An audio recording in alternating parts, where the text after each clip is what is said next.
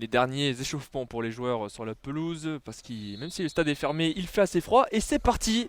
Et tout de suite, un premier ballon donc pour le LOSC. Et pour le moment, c'est bien Prague qui tient le ballon.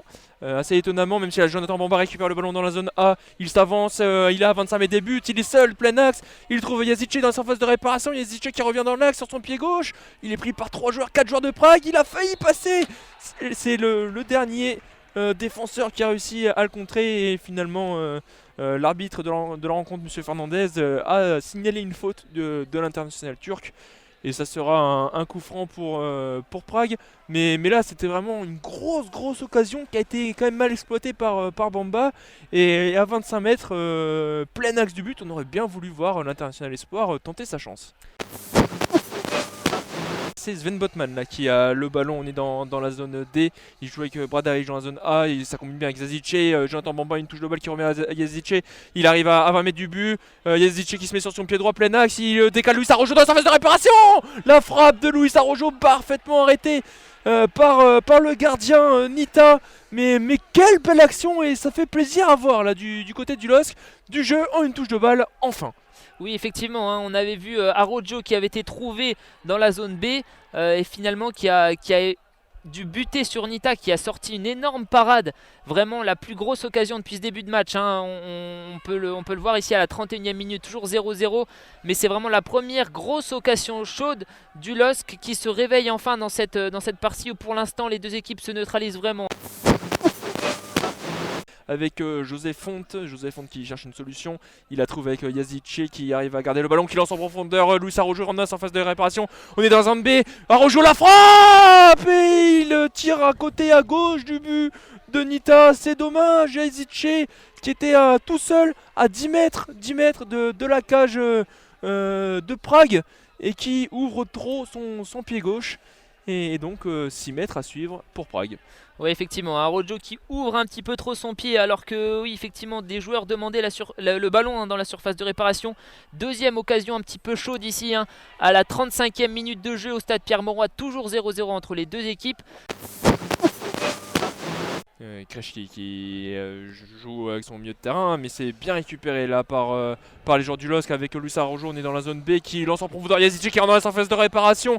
Et Yazice qui centre. Ça a été contré par le défenseur de Prague. Le gardien a été pris à contre-pied. Le ballon allait passer la ligne de but, mais un magnifique retour. Le gardien Nita qui a de solides appuis et qui a réussi à totalement changer sa course et à arrêter le ballon. Oui, on n'était pas loin de l'ouverture du score, hein, qui a été complètement surpris sur cette frappe qui filait à petite vitesse, donc a pris une frappe dans la zone B. Vraiment, là, on peut dire que les Lillois commencent à mettre la pression. Hein. Pour l'instant, on en est à 7 tirs du côté de Lille, dont 3 qui ont été cadrés. Donc ça prouve un petit peu que les Lillois sont en train de se réveiller, puisque du côté de Prague, depuis l'occasion à la 24e minute, on n'a pas eu d'autres occasions avec un seul tir. Donc toujours 0-0, encore 3 minutes à jouer dans le temps réglementaire de cette première période. Un coup franc qui va être frappé de la zone B vers la surface de réparation par Yazici. Et comme sur les coups francs frappés précédemment, tous les joueurs de Prague alignés aux abords de la surface de réparation. C'est frappé pour une tête et finalement c'est trouvé. Oh, transversal hein, trouvé sur cette tête de Benjamin André, il me semble. Et sur cette dernière occasion, l'arbitre qui siffle la fin de la première période. Ouais, c'est un bon coup franc là que je vais rapidement vous redonner. C'est à 30 mètres là, excentré dans la zone B, le long de la ligne de touche. Et Benjamin André qui, d'une tête arrière, là, il regardait pas du tout le but, avec l'arrière du crâne, qui a failli surprendre Nita et ce ballon qui retombe sur la barre transversale du gardien roumain. Mais on est bien à 0-0 dans ce match qui a mis du temps à se lancer. Mais finalement, c'est bien le LOSC qui domine outrageusement. Et du côté de San Siro, 2-2. Donc, à la mi-temps de ces deux matchs, le LOSC n'est toujours pas virtuellement qualifié en 16e de finale d'Europa League. Et on espère voir des buts ici à Pierre-Mauroy, alors que les joueurs de Prague relancent dans la zone C le long d'une touche, mais finalement encore récupéré par les Lillois. Ça revient dans la zone A par Diallo qui transmet le long de la ligne de touche dans la zone D par Arojo. Arojo qui essaye de provoquer balle au pied mais finalement qui est stoppé, qui conserve malgré tout le ballon, qui se rapproche du centre et de la zone C, qui va d'ailleurs transmettre de l'autre côté là-bas vers Bradaric qui centre vers David qui est seul. Oh David le ballon et qui marque le but. Oh non, David qui manque encore une énorme occasion, qui avait le ballon du 1-0 au bout du pied. Comment a-t-il manqué cela? Il a failli obtenir ce but mais finalement ça a été détourné en corner par le gardien de Prague. Ah mais c'est incroyable ce qui vient de se passer. David qui avait tout fait, il n'y avait plus de gardien, il l'avait passé et finalement c'est le défenseur qui revient au dernier moment pour mettre ce ballon en corner. Ah quand ça ne veut pas, ça ne veut pas, hein, on sait, hein, Jonathan David qui a ouvert son compteur but avec le LOSC face à Lorient. Celui qui a marqué le 4e but du match, mais lui donc il n'a toujours pas marqué en Europa League. Et là franchement c'était l'occasion rêvée de pouvoir ouvrir son compteur en Coupe d'Europe, mais ça ne sera toujours pas pour tout de suite. Maintenant son Luis Araujo, il est dans la zone D, il joue avec Bradaric dans la zone C en position de frappe. Bradaric la frappe et ça passe à droite du but de Prague, alors qu'il se plaint à l'arbitre de pas lui donner un corner et à force de trop contester, eh bien carton jaune pour l'arrière gauche lillois. Une belle opportunité ici hein, pour les Lillois de marquer. Donc Yazici va frapper ce coup franc, il attend le sifflet de l'arbitre, c'est parti, c'est frappé et oh là, c'était une tête de Cheka qui finalement est déviée par Nita. Encore une parade décisive du gardien du Sparta Prague qui est couché, hein, qui s'est fait qu'il l'a pris dans la tête. Qu'il l'a pris dans la tête, ouais, effectivement. Hein, il a essayé de la dévier, mais c'était presque involontaire. Ah, ouais. Ouais, c'est ça, hein, c'est presque involontaire. Mais encore une occasion hein, chez Yazici qui avait trouvé effectivement la tête de Cheka et ça va redonner un corner pour Yazici, mais cette fois-ci de l'autre côté, hein, dans la zone C. Ah, quand ça veut pas, le gardien qui enlève ce ballon involontairement du nez. En tout cas, c'est une occasion pour le LOSC d'ouvrir la marque sur ce coup franc frappé par Yazici. Il va trouver quelqu'un. Oh, c'était la tête de Benjamin André et finalement c'est récupéré dans la surface de réparation. Cheka qui frappe, encore détourné. Yazici qui va frapper à présent. Oh là là, une succession de frappes hein, ici là dans la surface de réparation pour le LOSC. Ah ouais, c'est un ballon qui a légèrement lobé Benjamin André, la tête de Cheka qui se plaint d'être retenu. C'est vrai que c'était vraiment limite là avec son défenseur, ce qui fait qu'il n'a pas réussi à ajuster sa tête, mais le ballon qui a traîné dans la surface. Et deux frappes coup sur coup contrées par la défense de Prague qui s'en sort très bien sur le coup. Et donc finalement ça sera un dégagement au 5,50 m pour Nita. Mais on a vraiment cette impression que ça ne veut pas rentrer. Alors il va falloir réussir à conjurer le sort là pour le LOSC. Mais ça se rapproche toujours plus. Avec d'ailleurs Jonathan David là qui part et qui prend le dessus sur Seluska. Seluska qui vient de prendre un carton jaune il y a 5 minutes. Et voilà, et ça sera le deuxième carton jaune pour Seluska, mérité. Il y a 5 minutes, toujours face à Jonathan David, il a dû mettre la main pour éviter aux Canadiens de se présenter face à Nita. Et cette fois-ci, c'est un croc en jambe qui a été fait par Seluska, toujours sur Jonathan David. Et donc pour les 25 dernières minutes de cette rencontre, Prague sera comme à l'aller à 10 contre 11. Le coup franc qui sera frappé par Dokal, le capitaine de l'équipe du Sparta Prague, et qui demande à ses joueurs hein, d'aller se placer hein, à l'entrée de la surface de réparation, mais finalement il décide de le jouer le long de la ligne de touche dans la zone A, et ce sera frappé dans la boîte. Oh là, attention, ouais, c'est l'ouverture du score sur une frappe, sur un centre plutôt d'un joueur de Prague, et finalement le ballon, l'ouverture du score est pour Prague sur ce ballon. Ah ouais, c'est Plavsic, hein, le rentrant qui a déposé ce ballon au deuxième poteau pour Krejci. Et l'arrière de Prague qui était bien monté, a sauté plus haut que tout le monde, et au deuxième poteau a placé une belle tête à gauche de Mike Maignan. Et donc après 71 minutes, eh bien c'est le LOSC qui se retrouve mené ici au stade Pierre-Mauroy. Le LOSC qui a eu tant d'occasions, on peut même pas toutes les dire tellement il y en a eu. Avec Jonathan David, avec Benjamin André, avec Jonathan Bamba.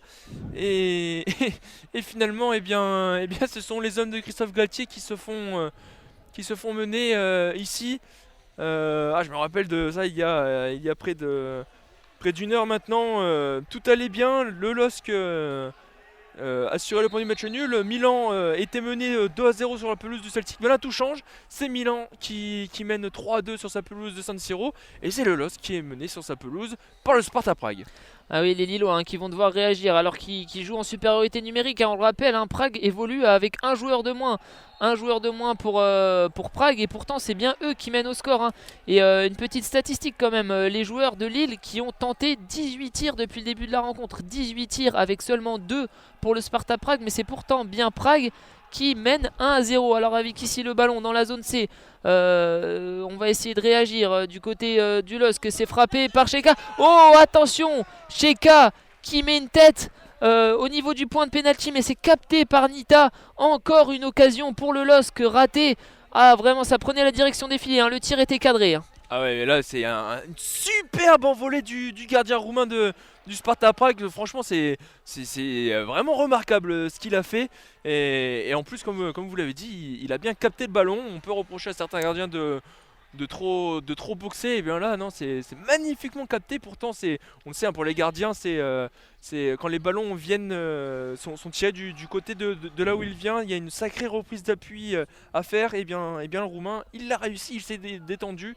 Et ce ballon qui prenait le chemin du petit filet a été magnifiquement arrêté. Et les deux changements, donc Burak Yılmaz et Timothy Weah qui entrent à la place de Thiago Diallo et de Yazic. C'est Yazic qui sort, lui qui était le monsieur Europa League. Il a l'air de se plaindre là, Yazic. Il est pas content du tout là de sortir. Et il le fait remarquer le Turc. Mais en tout cas, c'est bien Burak Yılmaz et Timothy Weah qui vont essayer de relancer ce LOSC dans cette partie qui, après 78 minutes, est mené sur sa pelouse face au Sparta Prague et qui est virtuellement 3ème. On est dans la zone C avec Burak Yılmaz qui est venu décrocher. Il joue dans la zone D avec José Fonte. José Fonte à 25 mètres début de Nita, il cherche une solution, il la trouve avec avec Jonathan David qui joue en profondeur vers Weah, la frappe de Yılmaz et le but de Burak Yılmaz sur un formidable centre de Timothy Weah, coaching gagnant de la part de Christophe Galtier, les deux entrants qui combinent et les deux entrants qui égalisent pour le LOSC. Un partout ici au stade Pierre-Mauroy. Et oui, effectivement, une belle incursion de Timothy Weah dans la zone D, qui a progressé puis qui s'est incrusté dans la surface de réparation. Un superbe centre en retrait vers Burak Yılmaz. Les deux entrants, effectivement, tu viens de le dire, Charles, qui ont inscrit ce but. C'est vraiment du coaching gagnant pour Christophe Galtier. Alors le match est relancé, un partout, il reste 10 minutes dans le temps réglementaire. On rappelle que les joueurs de Lille évoluent à un joueur de plus.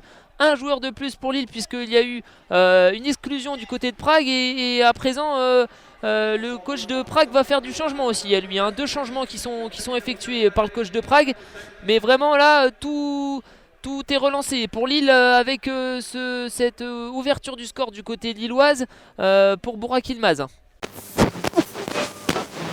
Alors que l'AC Milan a marqué un 4ème but là, du côté de San Siro, 4-2 donc pour l'AC Milan à la 83e minute.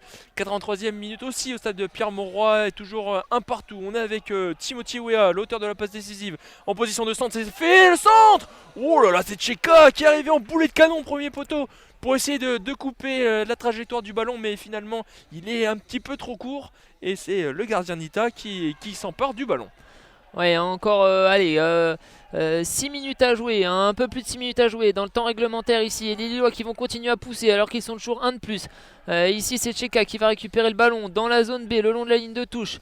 Et derrière c'est allongé loin devant. C'est allongé loin devant, il n'y a pas de hors-jeu. Il connaît qui a le ballon, qui transmet vers Burak Yılmaz dans la surface de réparation. Et c'est le but. Le doublé de Burak Yılmaz sur cette contre-attaque et cette passe de Jonathan Iconé. Ça fait 2-1 ici au stade Pierre-Mauroy pour le LOSC. Oh là là, quel revirement de situation ici au stade Pierre-Mauroy avec on a cru d'abord que Jonathan Bamba et Jonathan Iconé, sans se parler, allaient se gêner, allaient se bousculer. Ils se sont bousculés, mais Jonathan Iconé reste debout, a pu donner ce ballon en profondeur pour Burak Yılmaz, qui dans la zone C au 16 mètres a pu tranquillement ajuster le gardien roumain Nita. Et en 3 minutes, le score change totalement. Et c'est cette fois-ci le LOSC qui mène. Et c'est cette fois-ci le LOSC qui est virtuellement qualifié en 16e de finale de l'Europa League. Ouais, hein, effectivement, les joueurs de Prague là qui vont frapper, ils ont mis de la densité dans la surface de réparation. Attention, ça s'élève dans les airs. Et finalement, c'est dégagé. Une frappe. Oh là là là là là là. But. Non, Oui, c'est but. Non, il y a une faute. Il y a une faute. Oh là là. Heureusement. Il y a une frappe de 35 mètres exceptionnelle de la part d'un joueur de Prague. C'est Plavsic là, qui a mis une frappe surpuissante de 35 mètres. Mais heureusement pour le LOSC, une faute avait été commise sur Mike Maignan qui était resté au sol. Et c'est aussi peut-être pour ça que ce ballon est rentré, vu que Mike Maignan était au sol.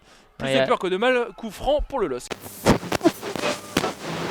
Ouais, hein, alors qu'on s'approche de la fin du temps additionnel, on avait 3 minutes.